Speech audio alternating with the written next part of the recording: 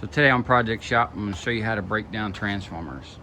Now these transformers here come out of like street lights, parking lot lights, pole lighting, any type of site lighting, high bays. Here, I'll show you. These are like decorative street lights from a parking lot. This is a high bay from like inside a warehouse. These ones with the big domes, they all got transformers in them. As you can see, transformer in there. Most of them are loaded with copper. Some of them are copper and aluminum. I'm going to show you how to get the copper, steel, and aluminum separated very quickly and easily with this machine here. So, take one of these transformers. This one here weighs about 30 pounds.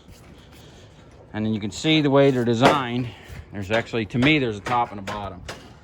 The way they're welded, the welds are close up here and they're far apart on the bottom. You can see they're more towards the sides. So basically this thing is like an L. From here, it's like an L, it's like an L, and the one in the middle is like a T. So what we're gonna do is stick it in here, lock this down. This valve here controls this side. Got a button.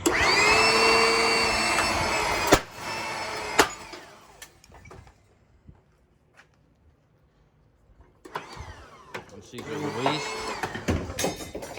these come out, and then they're gonna go over to this machine.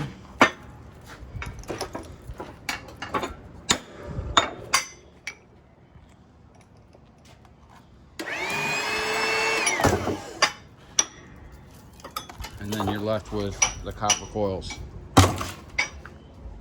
And then these ones are aluminum. We check them right here as we're going along. So we could probably do about 4 to 5 a minute with this setup here.